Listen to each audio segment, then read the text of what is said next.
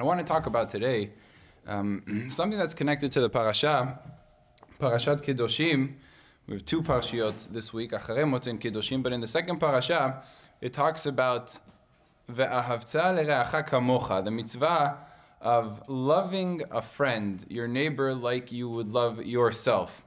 And we think about this, and it sounds like a wonderful slogan. It would probably make a good bumper sticker. Ve'ahavta lereacha kamocha, you could probably make a good sale.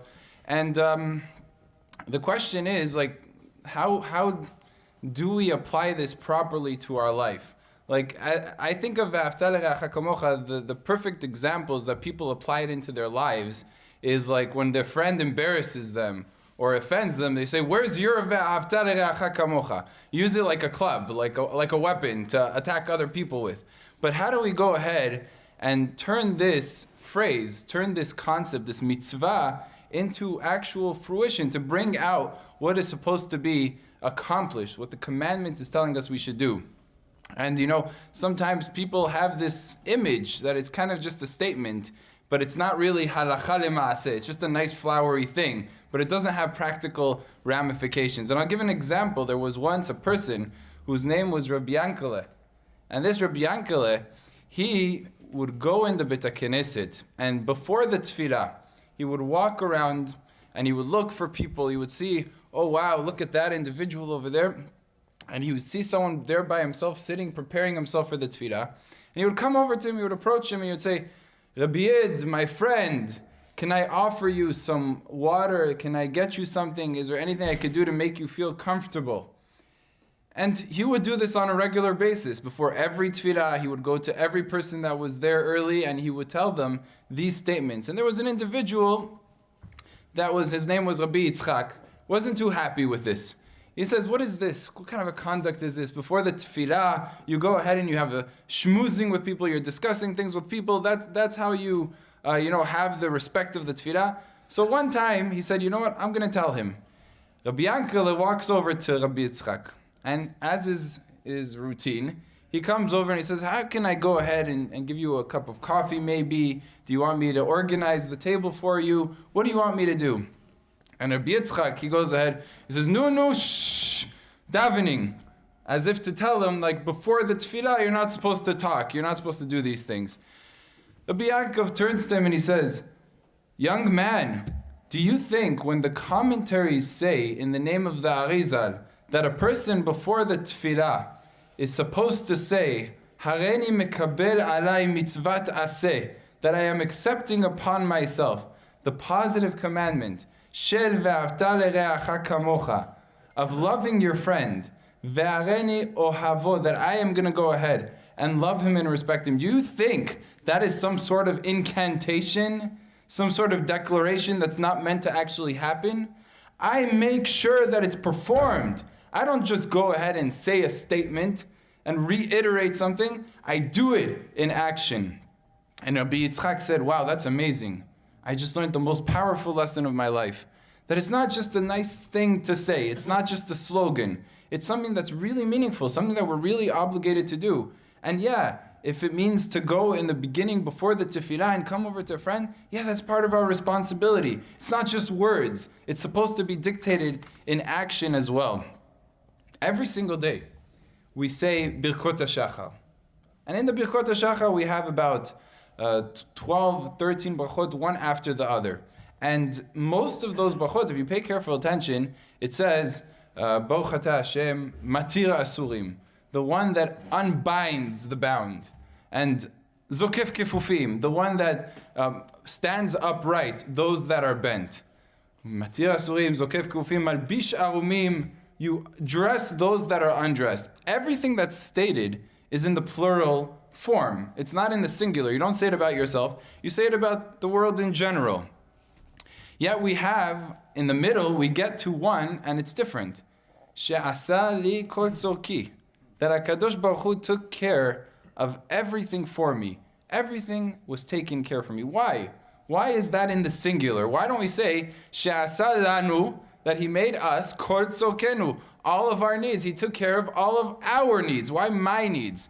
And I saw a beautiful explanation by the Imre Yosher. He says like this: everything else applies to everyone. But But when it's asali kol tzorki, when it's a matter of everything was done, you have to view that only for yourself, HaKadosh Baruch Hu takes care of everything. But for your friend, it's your responsibility. That's not HaKadosh Baruch Hu. For you, asali kol tzorki. But for the other Jew, for your chaver, he hasn't. And it's your responsibility to do. You know, there's a pasuk. The pasuk says, Kol pa'al Hashem lema'aneu.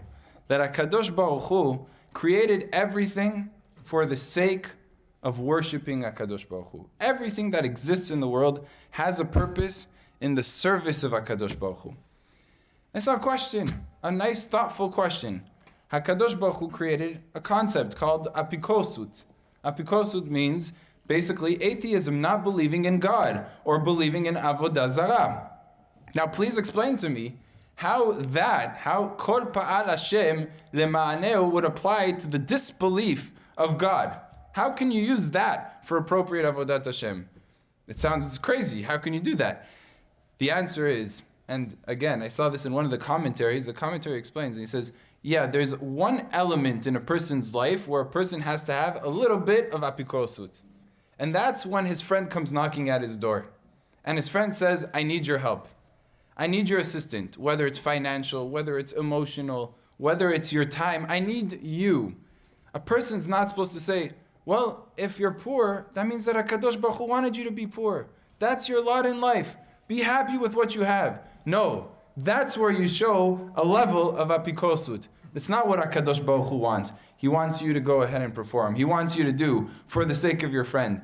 That's ve'ahavta l'reacha kamocha. That's the right way, the correct mentality when it comes to doing for our friends.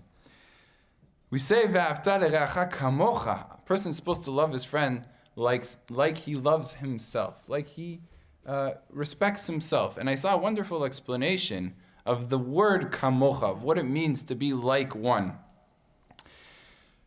One of the most difficult things for a person to notice is his own problems. You know, we're very good. If a Rav gives a shi'ur and he starts talking about what is asur, what is mutar, what is a person allowed to do, and we automatically think in our minds of examples. So the Rav says, you can't go ahead and steal, even if you're making it for a joking reason or something like that. He says a halakha, and we automatically say, yeah, you know what, my friend, yeah, he goes ahead and he needs to work on that. And then the Rav speaks about Lashon Hara, and you think to yourself, yeah, but really it's true. Shimon, he needs to really focus on Lashon Hara, 100%. But it's somehow we have an example for everything, and none of those examples is about ourselves. It's always about others, how they could go ahead and work. It's very difficult for a person to see his own flaws. He might know them, but he doesn't really notice them so much. And the story goes, there was once an individual that came to his Rav, and he told his Rav, he said, Kvod Rav, I've been married for 10 years. I have no shlom bayit. I don't know what to do.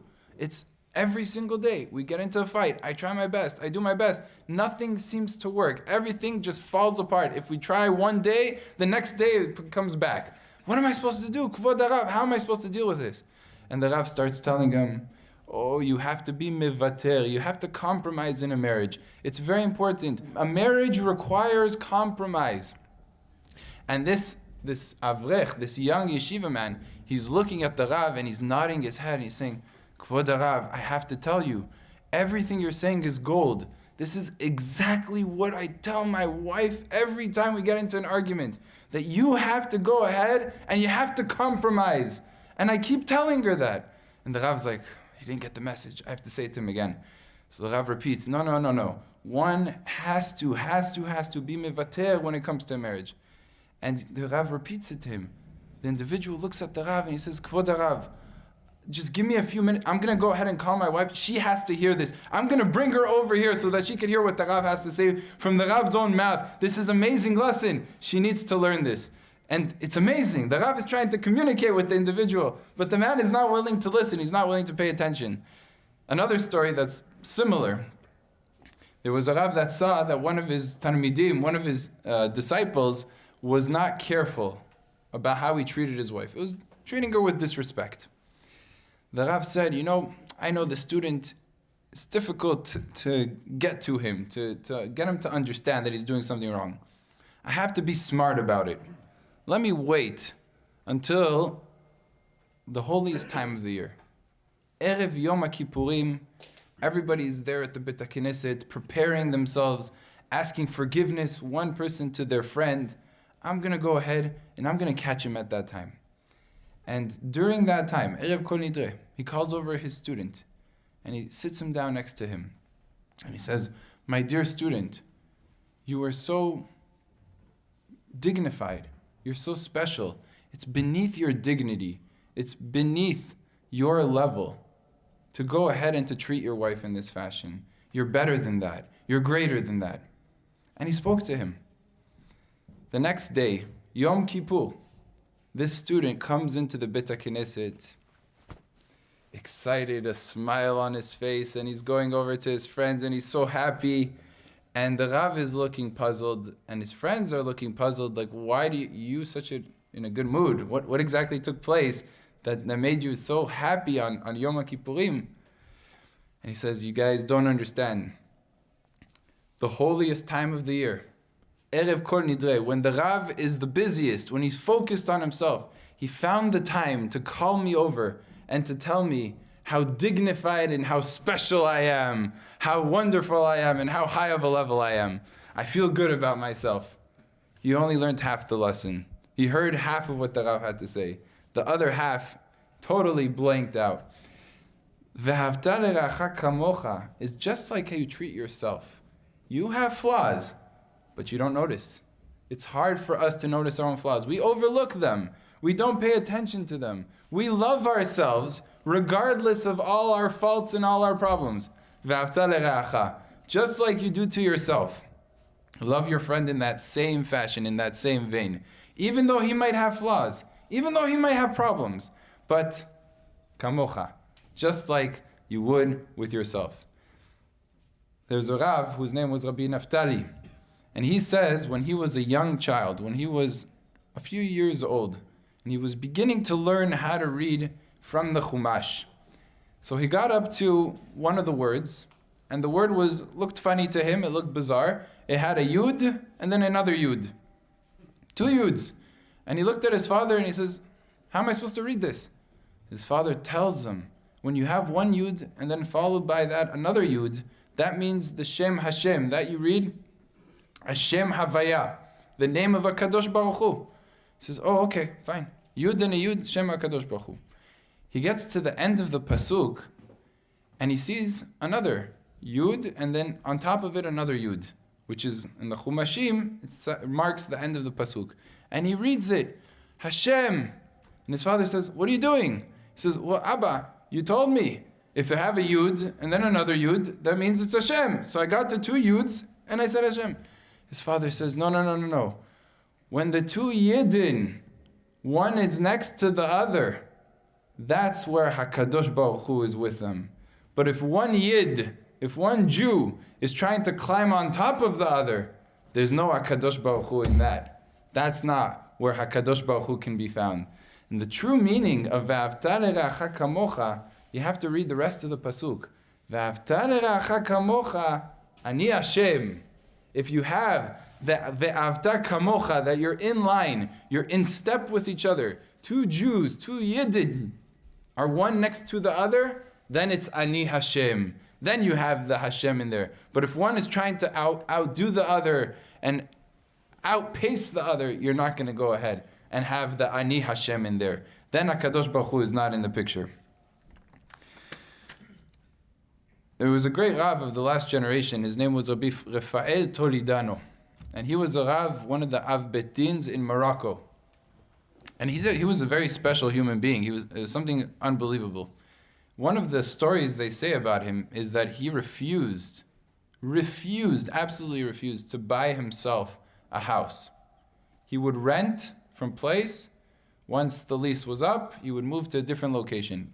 He had the capacity, had the ability to buy a house, but he refused to do it. And they asked him, Kvod Rav, you keep moving one place to another place, Bitur Torah, it's not in the honor, the respect of the Rav. Why do you go ahead and do this to yourself? Just go ahead and buy a house. You have the capabilities, we'll give you if you don't.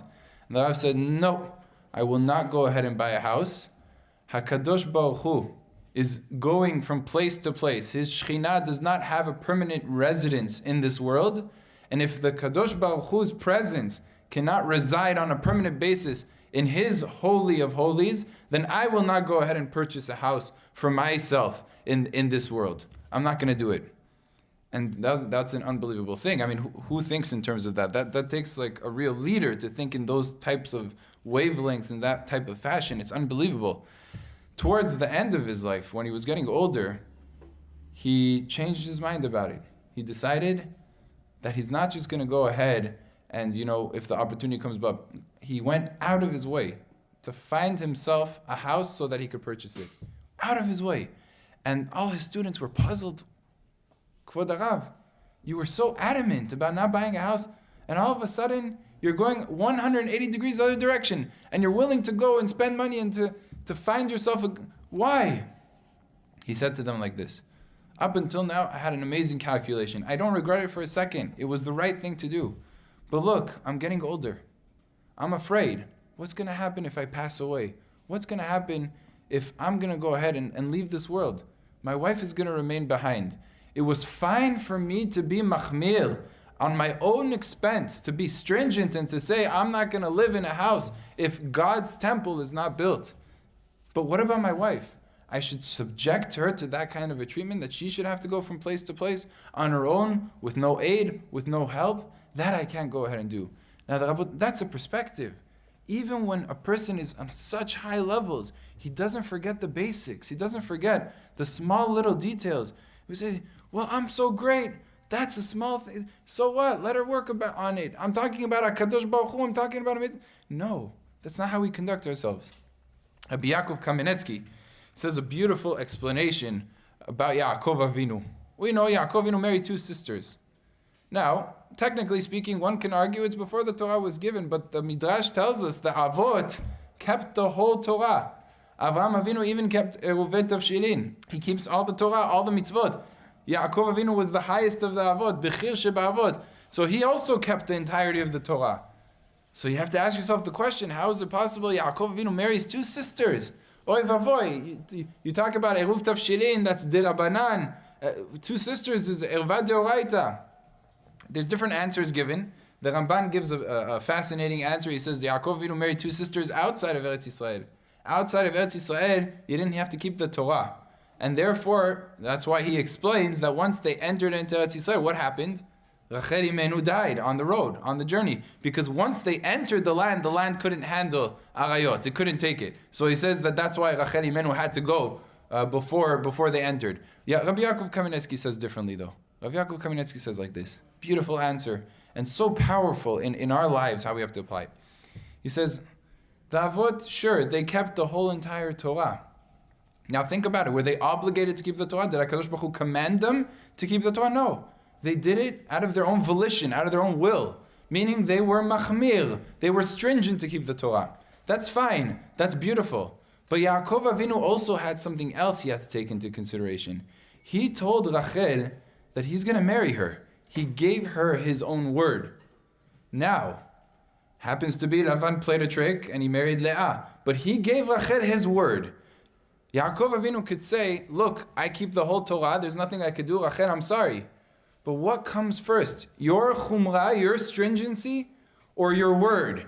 You got to keep your word. Even if it's at the expense of what you want to be machmir and you want to be stringent, your word counts and you have to go ahead and keep that. That's a lesson in how we conduct ourselves. People have feelings, have emotions, and it's our responsibility to be fine-tuned, to pick up what might bother people and what might hurt people, and where we have to go ahead and make sure that we're very careful. There was a man, a great, great rabbi, 300 years ago in Vienna. His name was Rabbi Shimon. Rabbi Shimon was very close to the king. And the king, one time, he got fed up with all the different priests and the different people that kept on complaining about those Jews. The Jews like to claim that they're different than all the other nations. They're elitists. They think they're special. Why do they think they're better than all of us? We're all human beings. And the king said, I know Rabbi Shimon will be able to respond to them. So he commands Rabbi Shimon, come over here. I want you to deal with this question. I'm sick of hearing this question. Give him an answer. Rabbi Shimon says, I'll give an answer, but I need that the king and everybody should follow specific things so that we can make sure instructions I have to give in order for everybody to know what the answer is. So the king says, okay, what do you want to know? So he tells the king, I need a table set up. And I need 30 people to be brought. 30 Gentiles should be brought from outside. And sit them down randomly. Just find them off the street. Sit them down. And then I'll tell you what to do. The guards go, set up the tables, bring the 30 people. They sit them down. These 30 people, they're confused. They don't know what do they want from us. They're sitting us in front of a table. They bring out all this food. And it's wonderful, delicious meals. And the people, they're hungry. They want to eat the food. There's no forks, no knives, nothing. Rabbi Shimon says to them, he says to the king, bring out special custom-made forks, 6 feet long. The tip of the fork and the end of the fork you can use. The middle he covered with glue. Can't touch the middle. You have to eat it from its end. Go ahead, you have 5 minutes to finish the food. And you could imagine the scene. The goyim, they start taking the fork from the end, and the end of it is over here, and they're going ahead and bending over and trying to figure out a way, how am I going to get this into my mouth? They look like fools. They look like they're funny, Comedy Central over here. It's crazy how you see them. And the truth of the matter is, 5 minutes passed by, nothing. They couldn't eat anything. They weren't able to figure it out. They thought this was some sort of riddle, some sort of game, and they weren't able to do it. They couldn't figure it out. They gave up and they said, this is ridiculous. We look like fools. What are we going to do? They just put everything down and they gave up. He says, okay, now call over the Jews. They call over 30 random Jews. The Jews are enamored. Wow, we get to see in the palace. It's unbelievable. Never got to see the king before in my life. They say a baracha on the king. And wow, amazing experience. They sit him down and the same thing. They bring out the forks and everything, glue, the whole 9 yards. And the Jews, they sit down and immediately they come up with a solution. Each person sits across from his friend, takes the fork from its edge, feeds his friend. His friend feeds him. And that's how the 15 people on one side feed the 15 on the other and reciprocated the other way around. By the time the 5 minutes were up, all the food was gone. Rabbi Shimon turns to the king and he says, this is Am Yisrael. This is what makes us different. What makes us special, what makes us unique is that it's not to each their own. We're one unit. We're together. We're bound. And we think, when there's a problem, we think together. We solve together. And that's what makes Am Yisrael special. That's what makes us unique. One of the requirements, we're approaching the days of Shavuot, the days of receiving the Torah from Har Sinai. And one of the basic prerequisites is having this unity, this bond with one another. You know, in Russia, about 100 years ago, there was a famous high-profile case that took place. It was a goy that was killed in the middle of nowhere. And the Russians were seeking a scapegoat to blame. Who could they go ahead and blame? You know, the Russians, they had a lot of issues with their government and their system and their running, and they needed something to get everybody's mind off of themselves and to blame. So the perfect scapegoat is obviously the Jews. Blame the Jews for everything. And that's what they did. They blamed a specific Jew, this individual. They said, you went ahead and you murdered him. You wanted to go and use his blood in your matzot. The same blood libels for hundreds of years. It's the same story. You still hear it to this very day. You still hear that they have these crazy, crazy ideas about what Am Yisrael does. So, high-profile case. All the Jews of Russia understood a very simple and plain fact, that if this Jew is found guilty, it's not just him that's guilty. All the Jews are going to be held accountable. Every single Jew is now going to face persecution, robbery, potentially murder. It's a risk for the entire Jewish community. And this unified the whole Russian world. It unified everybody. Everybody was interested in this case. Everybody wanted to know what was going to happen with this Jew. And it was high profile. The Russian Rav at the time of Moscow received a letter from Rabbi Meir Shapira, one of the great Talmidei Chachamim of the last generation. And in this letter was small little writing, a quote of a Gemara and an explanation. A quote of a Gemara and an explanation. Okay, he reads it, keeps it to himself. Why would the Rav send this? I'm not sure, but it's always good to have. Trial begins. And the lawyer was a non-religious, but he was a Jewish lawyer, and he was defending. And he was saying how it's ridiculous to say Jews are going to go ahead and put blood into the matzot. We're careful on making sure that we salt till we don't even have a blood of an animal. If we take a bite out of an apple and there's blood on the apple, we'll throw it out, that part. We won't eat it. We're so careful about blood. Why would you think that we would kill someone to take their blood? It makes zero sense that the Jews would do something like this. And they're trying to defend themselves. They know their lives are on the line. The Russian government turns to the prosecution and they say to them, so what do you have to say? Well, we have a proof not from our Bible, but from their Talmud, from their Gemara. We have a proof that they don't care about Gentiles, that they don't treat us like human beings, that we're subhuman. Really? Such a thing in the Gemara? Find it for me. We have a source. The Gemara in Masechet Yevamot says, in the name of Rabbi Shimon, Amar Rabbi Shimon, Atem kiruim Adam, ve'en ha'ovdei kochavim kiruim Adam. The Gemara says that Atem, you, Am Yisrael, are called Adam, are called human, and the Goyim are not called human. It's written there, black on white, in the Gemara. The Russians presented this. You see, the Jews don't care. The Jews don't treat us like human beings. And at this point, the Russian Rav realized what that letter was about. Rabbi Shapira wrote this Gemara down on the paper, and he provided an explanation. And the Rav gets up and he says, Rabotai, I'm afraid to say, but the prosecution did not understand at all what the Gemara is trying to tell us over here. And he starts explaining. In Hebrew, in Lashon HaKodesh, there's a few words to say a human, a man. You can say ish, person. You could say a gever, another example of a man. Or you could say an adam. What's the difference? An ish has a plural form, anashim. You can have an ish, which is singular. You can have anashim. You can have a gever, and you can have gvarim. There's no such thing as adam and adamim. Adam is singular and plural, and it's everything together. If we wanted to talk about human beings and subhuman beings, we wouldn't have used the expression of Adam. We would have used the expression of Ish. We would have used the expression of Gever. The expression of Adam is unique to a unified group. What the Gemara is saying, Atem kiruim Adam, means Am Yisrael is a one. It's not individuals. The Goyim, each person is for himself. Ve'en avdei kochavim kiruim Adam. They could be people, but in the plural form. They're not an Adam. They're not that unit of one. And I'll bring you a proof. Because if there was a Goy standing up here for trial, do you think any other Goy would care what happened to this Goy? No one would care. No one would pay attention.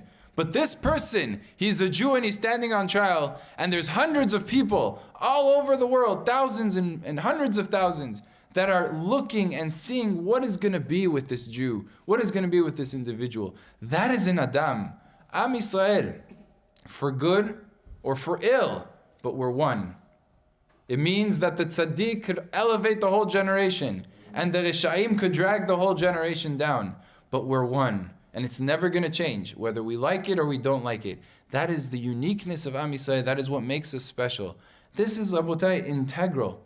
We look and we see in the Haggadah Shel Pesach, the Haggadah tells us, Ilu kerevanu lifnei Har Sinai.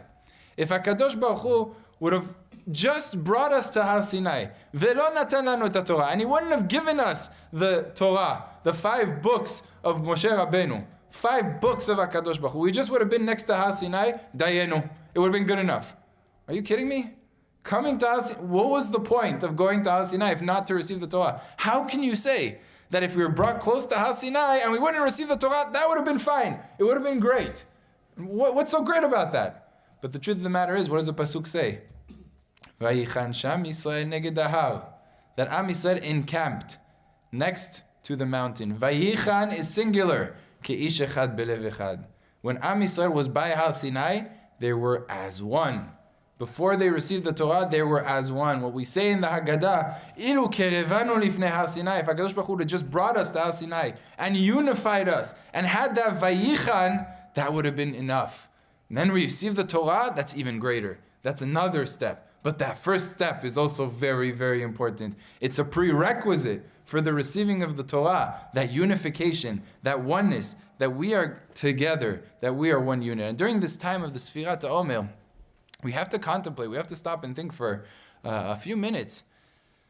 What is it that we're mourning about? I mean, there were serious tragedies that happened to Am Yisrael constantly.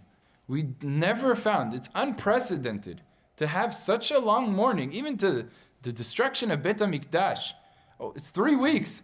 But when we talk about the 24,000 students of Rabbi Akiva that died, we have an extended period of mourning, 33 days, 34 days of mourning for the students of Rabbi Akiva. And you say to yourself, it was a tragic event, fine. But at the end of the day, I mean, why are we still mourning about it to this very day? And the answer is quite evident. And it is explained by the Panovitcher Rav, who says that when we think of the Holocaust, we think it was a terrible tragedy that happened 70 years ago, 80 years ago. No, it's a terrible tragedy that is happening now. The Holocaust that happened 80 years ago, the effects and the ramifications are here to this very day in a very real fashion. The Torah is missing. It's gone. It will never be replaced. The spirituality of the generation that we are in now will never be the same because of the events that took place in the Holocaust. When we mourn the 24,000 students of Rabbi Akiva, it's not mourning something in the history. We're mourning the current events. If we had those 24,000 students, can you imagine what spiritual level we would be on today? It would be something that we would not be able to fathom. That's the mourning. That's the sadness. It's about today. It's not about what happened 2,000 years ago. It's about what we lost now, in our times. It just could be said, one can explain, the reason, potentially, why we read about Nadav v'Avihu. On the holiest day of the year, the day of Yom Kippur, we read about Nadav v'Avihu's death. Acharei mot shnei bnei Aaron. And you say, why? Why specifically then do we read about the death of Nadav v'Avihu? And the answer to me appears to be that Nadav v'Avihu, if they would have remained alive, they were greater than Moshe v'Aaron. If they were to be remained alive, then Yom Kippur would not be the same. It would be a different Yom Kippur. We would not need the same Sirach Lanu that we need now. And we cry and we mourn over their deaths because now we have to face a much more difficult journey and a trek in our Yom Kippur adventure. Because it is not the same since we lost those two tzaddikim 3,000 years ago. But it's not the same now. It has an effect, a very real effect to this very generation. And when we think about that, Rabotai, it's frightening. We have to stop and ask ourselves, why would HaKadosh Baruch Hu take such tzaddikim from us? Why would HaKadosh Baruch Hu take the lives of 24,000 students of Rabbi Akiva? I mean, a student of Rabbi Meir was a student of Rabbi Akiva, the later students of Rabbi Akiva. He was able to perform miracles, unbelievable miracles. Rabbi Meir Baal HaNes, we call him. That's a student of Rabbi Akiva. I mean, we're talking about 24,000 students. We're talking about 24,000 of the greatest minds. The Torah could have spread like a wildfire as a result of these 24,000 students. And HaKadosh Baruch Hu took them. He took that Torah from that generation, and He took the Torah forever. We're never going to be the same because we don't have those 24,000 tzaddikim with us. And the question is why? Why did HaKadosh Baruch Hu do it? The Gemara tells us they didn't show respect for one another. But you have to think about that. The Mishnat Rabbi Aaron Kotler, he explains and he says, what does it mean? So they didn't show enough respect. They didn't show honor to one another. Did they disrespect each other? No, the Gemara doesn't say they disrespected. They didn't show each other enough honor. Okay, so for that, you're going to go ahead and kill off 24,000 tzaddikim. You're going to destroy the entirety of the Torah to the point that the Gemara says that the land was desolate of Torah. Desolate. The Gemara tells us that the death of these 24,000 tzaddikim was worse than the destruction and the burning of Beit HaMikdash. In the eyes of HaKadosh Baruch Hu, it was a more terrible tragedy. Why would HaKadosh Baruch Hu do it? For one simple reason. Because you cannot have the Av, the father of Torah Shebe'al Peh, Rabbi Akiva, giving over the Torah of HaKadosh Baruch Hu to students as great as they might be, that have a character flaw, because that Torah will be blemished. That Torah will not be perfect, will not be tamim. It will be tainted, and it will be distorted, and it will be ruined. Maybe not for that generation, but eventually it will. And that's a tough lesson to take in. It's a powerful point. But the lesson, Rabotai, is when a person wants to receive Torah, when he wants Ma'amad al Sinai, Moshe Rabbeinu was Torah shebichtav, Rabbi Akiva was Torah shebe'al peh, was the Ma'amad al Sinai, the giving over of the Torah shebe'al peh, as the Sefarim write, the Sifrei HaMikubalim write, that Rabbi Akiva was Shakul ke Moshe in Torah shebe'al peh. If you want to give over the Torah, it has to be with perfect, flawless character traits. And if you have a problem in the midot, if you have a problem in Ve'ahavta L'reacha kamocha, HaKadosh Baruch Hu would rather burn that Torah, burn worse than the destruction of Beit HaMikdash. Better to have that than to have the Torah given over people that are not complete in their personality and in their midot and in their love for their friend. That's how far these matters go. We have to stop and think about this. We have to realize the importance. Put all our differences aside. Put all our problems with other individuals aside and say, we're coming to receive the Torah. These days are days to reflect and to remember. The Shavuot is coming up. The students of Rabbi Akiva lost their lives, lost their abilities to give over. For generations, the Torah was lost because there was a problem in the midot. It's not just a small little detail. It's everything. The whole Torah. Ze klal gadol b'Torah, ve'ahavta l'reacha kamocha. There's a reason why Rabbi Akiva said that. It's a lesson for us to be learned. And Be'ezrat Hashem, we should be zocheh to fulfilling ve'ahavta l'reacha kamocha in its perfect sense, in its complete form, and be zocheh to the coming of Mashiach Tzidkenu and the building of Beit HaMikdash b'mira ve'amenu v'nomar amen.